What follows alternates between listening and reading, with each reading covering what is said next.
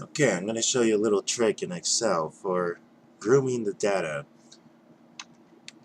In column A, I have a list of names that I just put in there randomly and just repasted it so I have a lot of names. And let's say you wanted to have two separate columns with this name, two separate columns showing the last and first name. Okay, so let me just set that up real quick. Alright, and one way to do it would be to type in a nested formula, and it could take a while, you know. So I'm going to show you a quicker way to do it. And to do this, you're going to want to Google Sublime Text, is the name of a program. Download it for Windows. You don't have to pay for it if you're not going to use it commercially as a coder, but paying for it is a good thing if you're going to use it, and it's a really good program. Anyways, I already have it installed, so you install it, and then you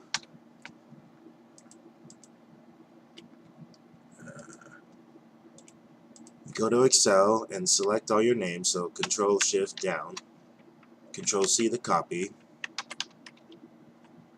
Then you bring up Sublime Text, Control V the paste.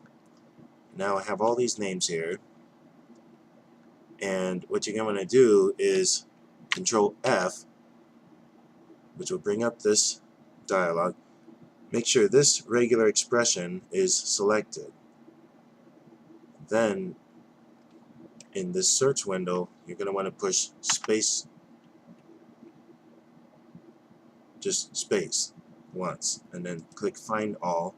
Then it'll find every instance where there's a space used.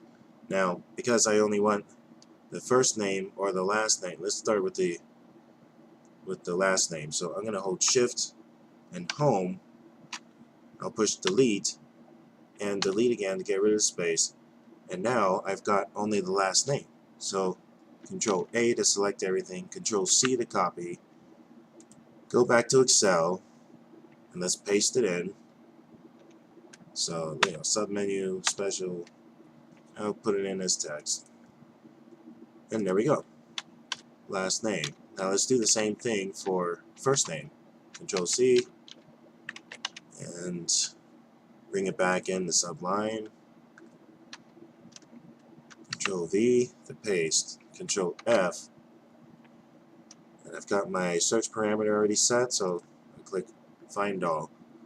And this time I'm going to hold Shift and push End, and then push Delete. And now I'm going to want Control A, Control C, go back into Excel, and Control V.